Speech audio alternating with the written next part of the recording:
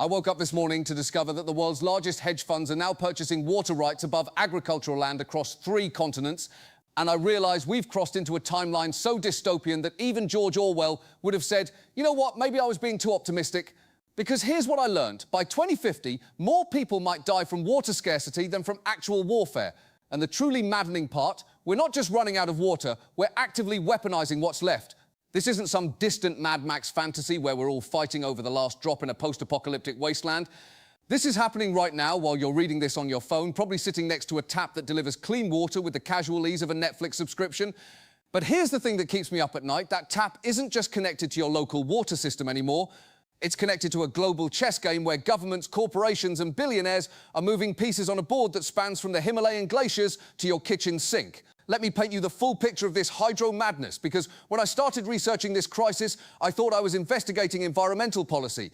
Instead, I discovered we're living through the early stages of what historians will probably call the first global water war, except no one has officially declared it yet, which is perhaps the most terrifying part of all.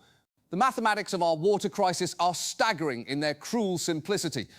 Every human being needs roughly 50 litres of water per day for drinking, cooking and basic hygiene. That's barely enough to fill a bathtub. Yet somehow, we've created a world where 2 billion people, that's 1 in 4 human beings, lack access to safely managed drinking water. Meanwhile, it takes 2,700 litres of water to produce a single cotton T-shirt and 15,400 litres for 1 kilogram of beef.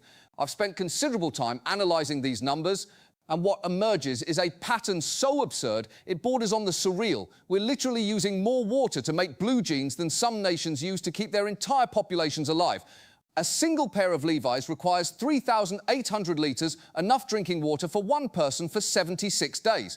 At what point did we decide that cotton polyester blends were more essential to human survival than actual human survival? But the real insanity begins when you examine how water has been transformed from a basic human right into what traders now call blue gold. Water futures started trading on the Chicago Mercantile Exchange in December 2020, meaning you can now bet on water scarcity the same way you'd bet on corn prices or oil futures. I cannot adequately express how surreal it feels to write that sentence in 2025 while knowing that some way a hedge fund manager is getting rich by correctly predicting which populations will be thirsty next year. The strategic implications are mind-bending. China controls the headwaters of virtually every major river system in South and Southeast Asia through its control of the Tibetan Plateau, the water tower of Asia. The Brahmaputra, Ganges, Indus, Mekong, Yangtze and Yellow rivers all originate from territories under Chinese authority. This isn't coincidental geography, it's the greatest hydrological hegemony in human history. Beijing can literally turn off the tap for 40% of the world's population, and somehow we're still debating whether water is a security issue. While governments play their chess games with rivers and dams, multinational corporations have been quietly cornering the global water market with a strategy so audacious. I'm genuinely impressed by its scope. Nestlé, a company that apparently wakes up each morning asking, how can we make basic human survival more profitable today, has extracted 36 billion gallons of water from drought-stricken California since 2018, paying approximately $200 per year for the privilege. To put this in perspective, Nestlé spends more on coffee for their executive meetings than they pay for enough water to supply a city of 400,000 people. The company's strategy in developing nations is even more brazen. In Pakistan, Nestlé operates under a groundwater extraction license that costs less than a monthly Netflix subscription, while the surrounding communities are forced to dig wells deeper and deeper until they strike salt water or empty earth. When local officials complained, Nestlé's response was essentially a corporate shrug, accompanied by the observation that they're providing economic opportunities for the region. It's like watching someone steal your car and then charge you for the privilege of walking home. But Nestlé is merely the most visible predator in this particular ecosystem. Suez, Veolia and Thames Water have created what economists politely call a water privatisation complex, and what I prefer to call liquid colonialism. These companies have systematically acquired water utilities across Africa, Latin America and Eastern Europe with a business model that can be summarised as buy cheap, charge high, maintain poorly, blame scarcity. In Ghana, when these companies took over urban water systems, prices increased by 300%, while service quality plummeted to the point where residents received water for an average of 4 hours per day. The company's solution to this problem, smart meters that automatically shut off supply when payments are late, ensuring that poverty becomes a reliable predictor of dehydration. It's supply-side economics applied to the most basic human need, and the results are exactly as dystopian as you'd expect. Meanwhile, private equity firms have discovered that owning water rights is more profitable than owning actual water companies. T. Boone Pickens spent decades accumulating groundwater rights across the American Southwest, creating a personal hydrological empire that spans 200,000 acres. When I discovered that one person could own the underground water beneath an area larger than New York City, I had to put my research down and take a very long walk, during which I questioned every decision that led our species to this particular moment in history. What keeps me awake isn't just the corporate seizure of water resources, it's how rapidly governments have learned to use water as a geopolitical weapon, with all the subtlety of a brick through a greenhouse window. Turkey's Southeast Anatolia project has given Ankara the ability to control the flow of the Tigris and Euphrates rivers into Syria and Iraq, and they wield this power with the casual menace of a mob boss adjusting protection fees.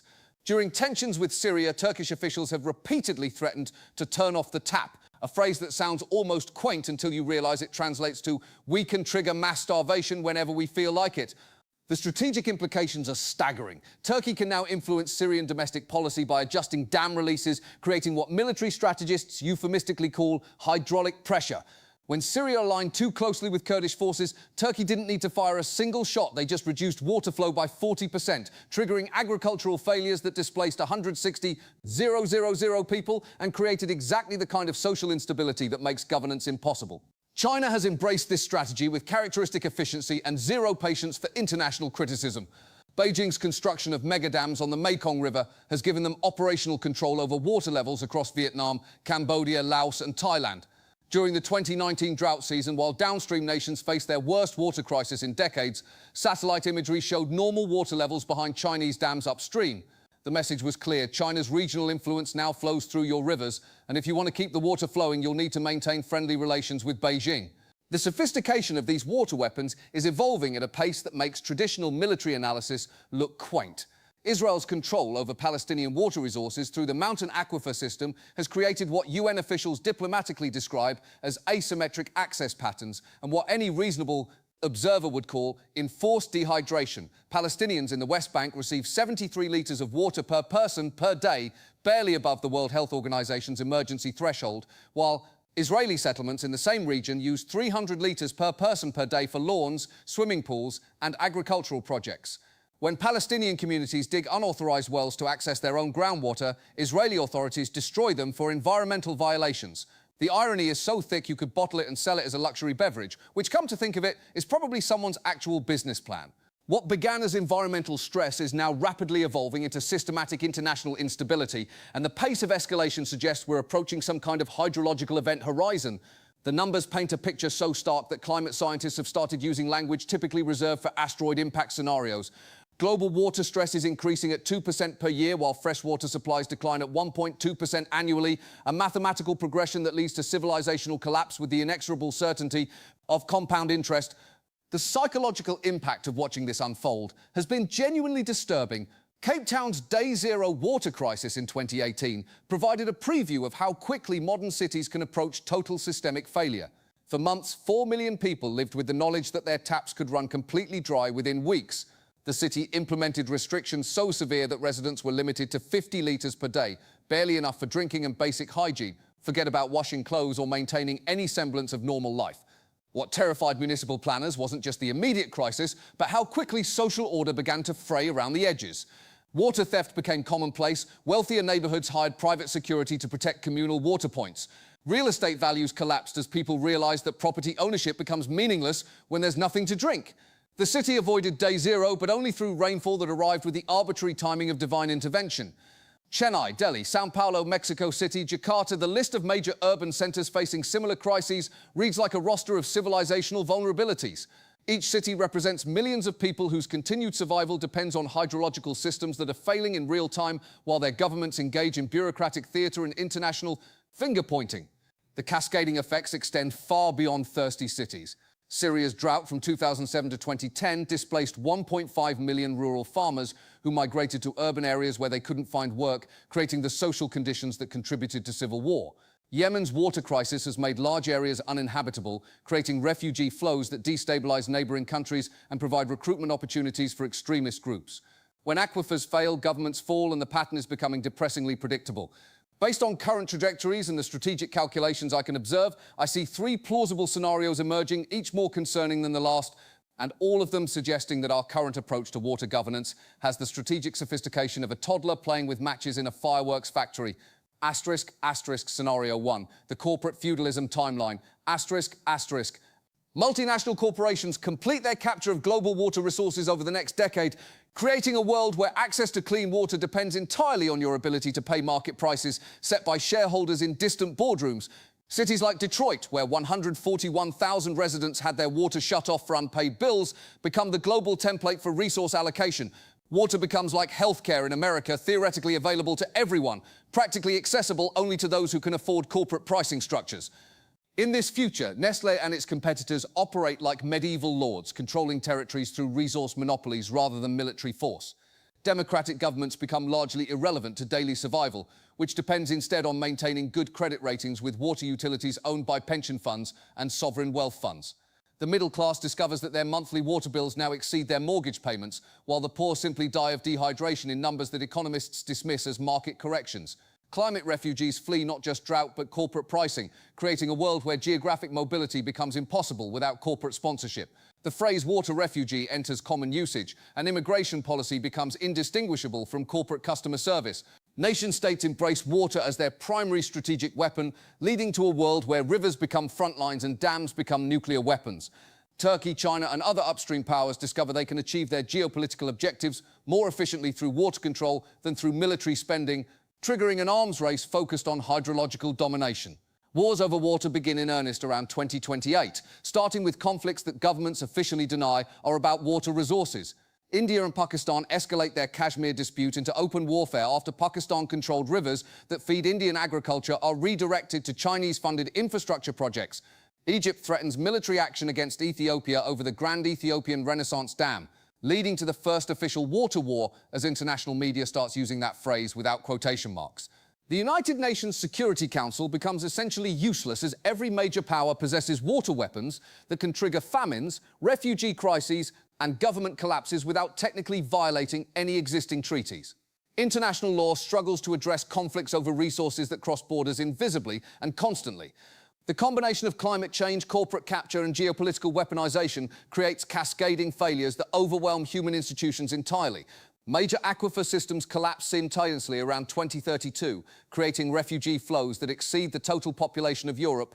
Traditional agriculture becomes impossible across vast regions, triggering supply chain failures that make the COVID-19 pandemic look like a minor logistics hiccup. Governments discover they cannot maintain legitimacy when they cannot provide water to their populations, leading to the collapse of state authority across multiple continents. Warlords and corporate militias fill the vacuum, creating a world where survival depends on personal relationships with whoever controls the nearest functional well. International trade breaks down as countries prioritize water security over economic efficiency, and global civilization fragments into isolated hydrological enclaves. The internet still works so people can live stream the collapse of their communities while drinking recycled urine and fighting over access to solar-powered desalination units. Here's what genuinely keeps me awake. We have the technology, resources and knowledge to solve this crisis entirely. Desalination, water recycling, atmospheric water generation, precision agriculture, the tools exist to provide clean water for every human being on Earth while maintaining ecological stability. The obstacle isn't technical, it's the fact that we've created economic and political systems that make scarcity more profitable than abundance. I find myself staring at my kitchen tap with a mixture of gratitude and existential dread, knowing that this mundane miracle of modern infrastructure has become a geopolitical fault line. The water flowing through my pipes has travelled through the portfolios of hedge funds, the strategic calculations of defence ministries, and the quarterly earnings reports of multinational corporations before reaching my glass. We live in a world where we can deliver streaming video to billions of devices instantly, but we cannot deliver clean water to billions of people consistently.